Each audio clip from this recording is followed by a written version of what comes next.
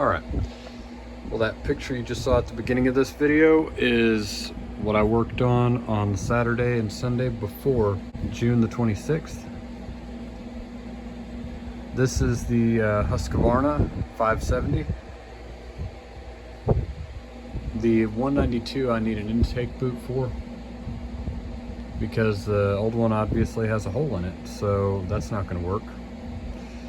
But we're going to go through and finish this thing up.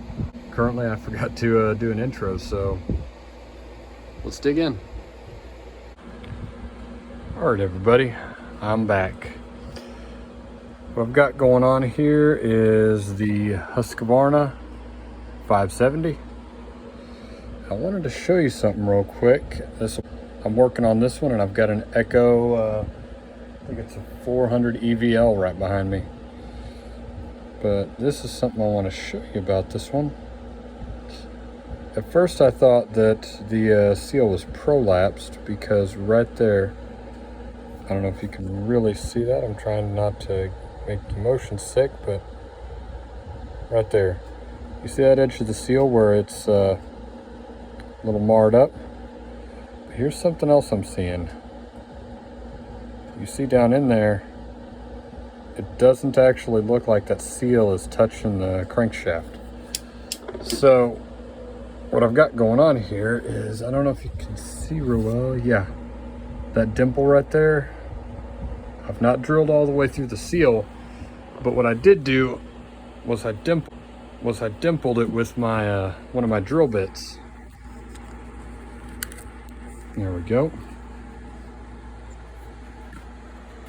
Get this set up right where I want it, right about there. All right, so what I'm gonna do, I'm gonna show you how to pull a seal out real quick. And what I'm gonna do is, I'm gonna take one drywall screw, and I'm not gonna do this really hard. I can see past that seal that I have a good gap between the bearing and the seal, but I'm gonna show you.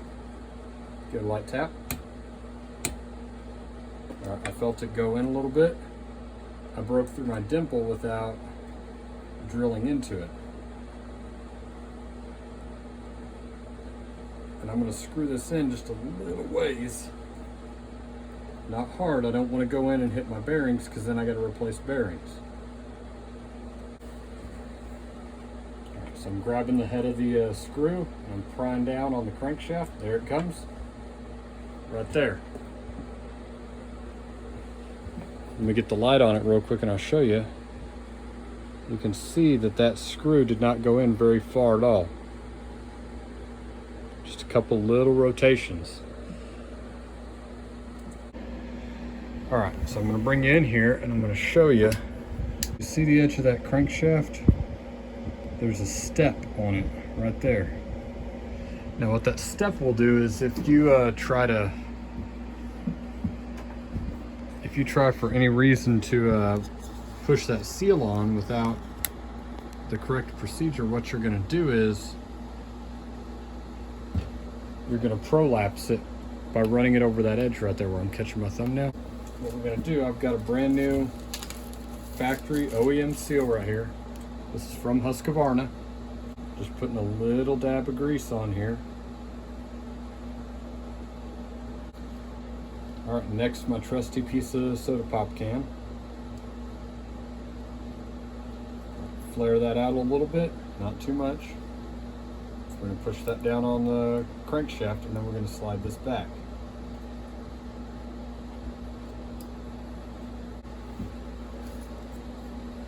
All right, that one will work right there. All right.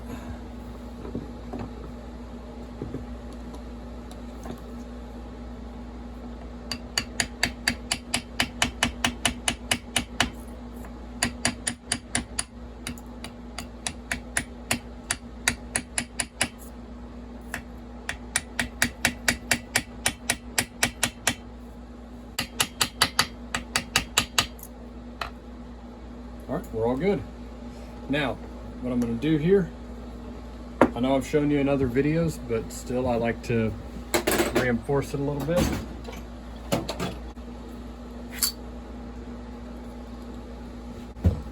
I'm gonna do a pressure vac test on this, but it's not gonna be a proper one real quick. I need to get some rubber corks for this, so I'm just gonna stick my thumb over that. Make sure you can read the gauge. Oh, sorry, I hit the tripod.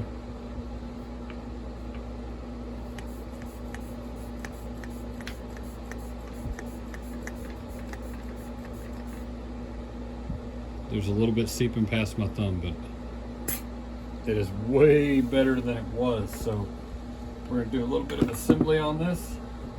I might pause you here in a second, and I'm gonna go around and get some of the other pieces and see if I can reassemble a 570. I need to look that up. How many cc's is a 570 even? I'll be right back. All right, I've found the flywheel. I've got the torque, it's 35 Newton meters. So I've already cleaned the crankshaft. So let's tip this up real quick. Got to get my metric sockets out. Not quite. Perfect. As soon as I figure out some way to plug that right there, I should be good to start working on 570s, because I've got the block off plate now. I've got this right here, the spark plug adapter. Had to dig some more stuff out of the box. Let's screw this in real quick. So basically all I've put in this so far is just a seal. I will be working on that 192 here before too long, but I wound up having to order a new intake boot for it. The other one had a small hole in it. I was kind of inspecting it, and that's what I found.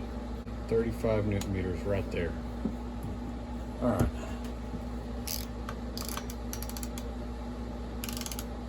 I'm turning this over slowly. I don't want to risk running the piston into that piston stop hard.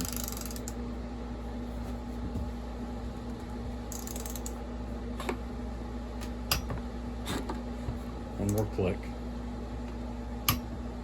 There she is. 35 Newton meters.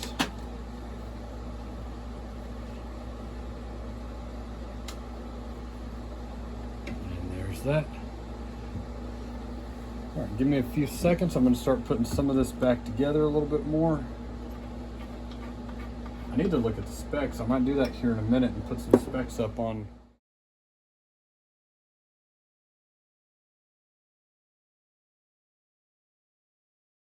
All right, everybody. I got the starter cover back on right there.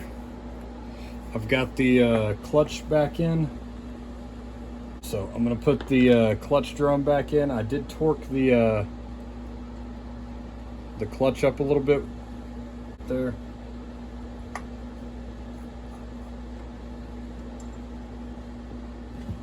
All right.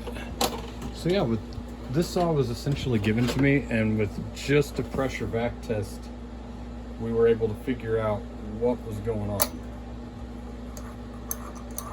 It was realistically just missing that seal on the flywheel side. I'm gonna worry about the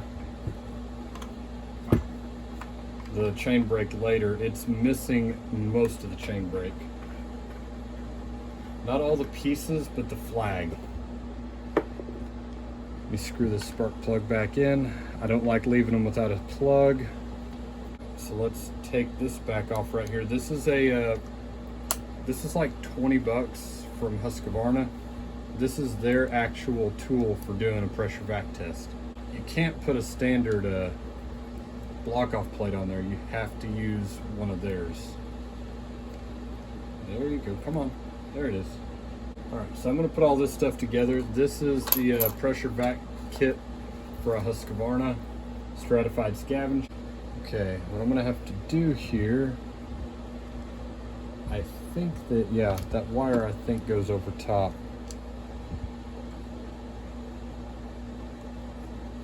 There we go. Go up there for a second.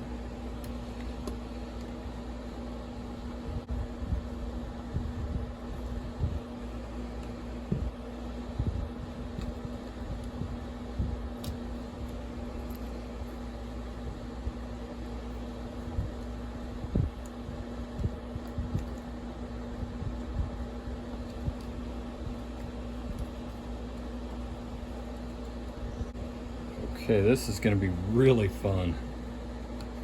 I can already tell you. So let's start by gently running these down. We're not going to over tighten them.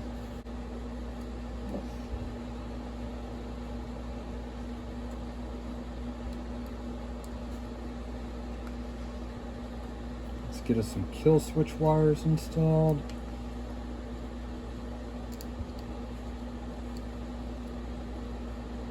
There we go. All right, that is actually looking really good right now. Okay, it definitely feels like a throttle cable saw, I will say that. I don't know if many other people are like familiar with them, but you can kind of tell a throttle cable saw just whenever you grab the handle. I'll definitely be looking into the handle because I can tell this is quite broken right here. The brake flag, and here's some of the other parts for that. I'll see if I've got all the pieces, but I'll probably try to later today or tomorrow do a quick clip of this thing just idling and running. I'll see what kind of a bar and chain it takes. I'm betting it's going to take something very similar to my Husqvarna 268 or my 61.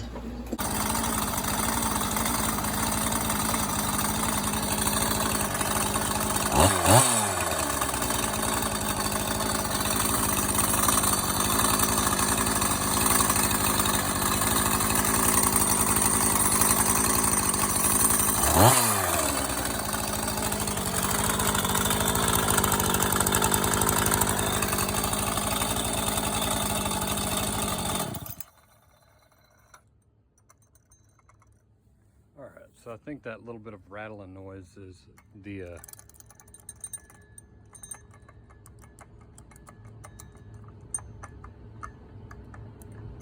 yeah, I think it's the clutch. Alright, but I've been idling this thing for about 10 minutes. No signs of an air leak. Let me see how easy she restarts.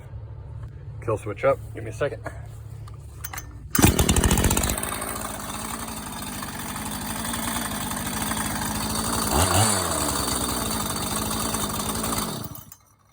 Alright, so one pull, restart. That should do it. Alright, so that right there was all that was wrong with this thing. One seal. That's actually why I tend to push doing a pressure vac test on these things. Number one, before you do anything. When I got this saw, I literally put it under my bench and I waited till I could afford to get all the pressure vac tools. So that included a block off plate, a spark plug adapter to go up to my pressure vac gun, carburetor block off plate, the necessary screws. I've shown in other videos, I tend to use a piece of like plumber's rubber for a gasket. Alright, so this is one of my muffler block offs. I literally just take the screws and back them out and drop that in there. That was all I really did to figure out if this thing would run or not. And I turned it upside down, I turned it on its sides. If you do that, that tends to show if you have an air leak. But yeah, overall I'm pretty happy. Alright, we'll talk to you later. Take it easy. Bye.